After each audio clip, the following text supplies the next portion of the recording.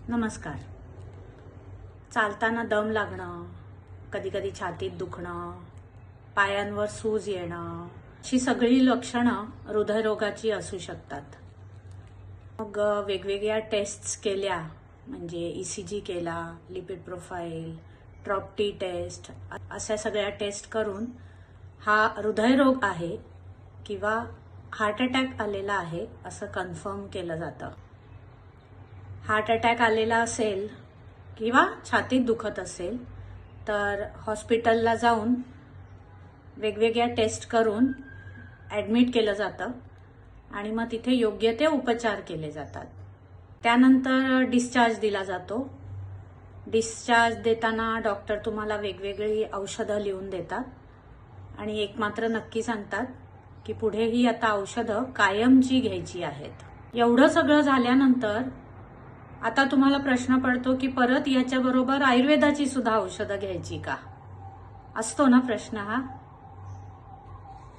Heart attack येऊन गेल्यानंतर रक्त पातळ होण्यासाठी औषधं, कोलेस्ट्रॉलसाठी औषधं, BP साठी औषधं, हार्ट रेट मेंटेन करण्यासाठी औषधं, लघवीला साफ व्हावी म्हणजे सूज येऊ नये म्हणून काही औषधं, आणि या सगळ्यांचा त्रास होऊ नये म्हणून ऍसिडिटीसाठी सुद्धा एक गोळी दिली जाते आणि ती नियमित घ्यायची असतात, कधीही एकही दिवस न चुकवता, आणि परत कायमही घ्यायची असतात. हृदयाची कार्यक्षमता वाढवणारी काही औषधं असतात का? तर नाही. ज्या रक्तवाहिन्या हृदयाला रक्तपुरवठा करतात त्या रक्तवाहिन्यांच्या आरोग्याचं काय? ज्या रक्तवाहिन्यांमध्ये जो ब्लॉकेज झाला होता त्यामुळे हार्ट अटॅक आला होता, तर त्या रक्तवाहिन्यांच्या आरोग्याचं काय करायचं? यामध्ये प्रत्येक व्यक्तीच्या प्रकृतीप्रमाणे, त्याच्या आजाराच्या प्रकृतीप्रमाणे त्याच्या आहार विहाराचं नियोजन करणं खूप गरजेचं आहे. कोलेस्ट्रॉलची गोळी कोलेस्ट्रॉल कमी करते, पण त्याचबरोबर हे कोलेस्ट्रॉल कमी झाल्यावर नक्की शरीरामध्ये काय होतं, म्हणजेच कुठल्या तरी बारीक सारीक वेगळ्या प्रकारचे आजार तयार होतात का, हे पण बघायला हवंच ना.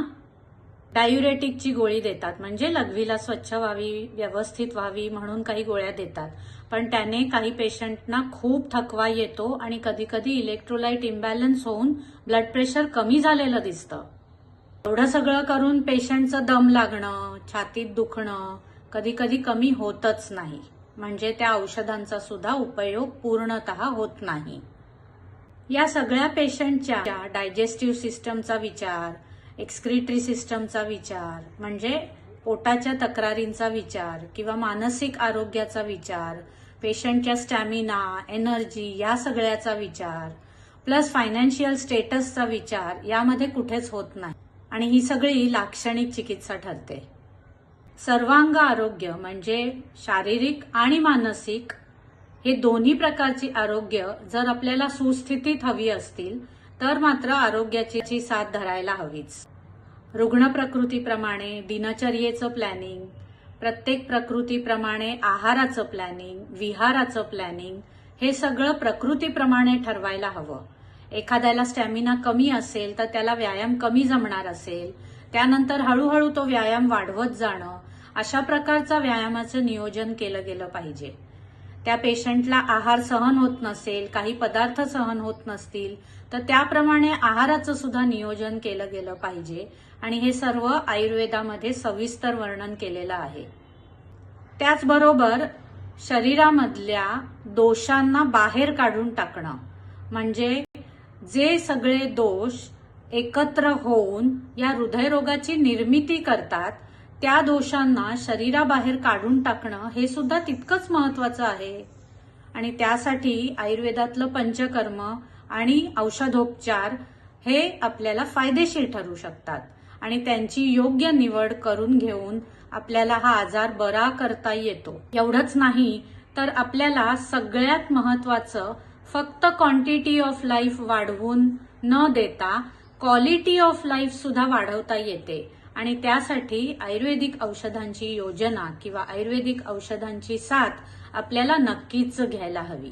याबाबत तुमचे काही प्रश्न असतील तर कमेंट्समध्ये नक्की कळवा. तोपर्यंत धन्यवाद.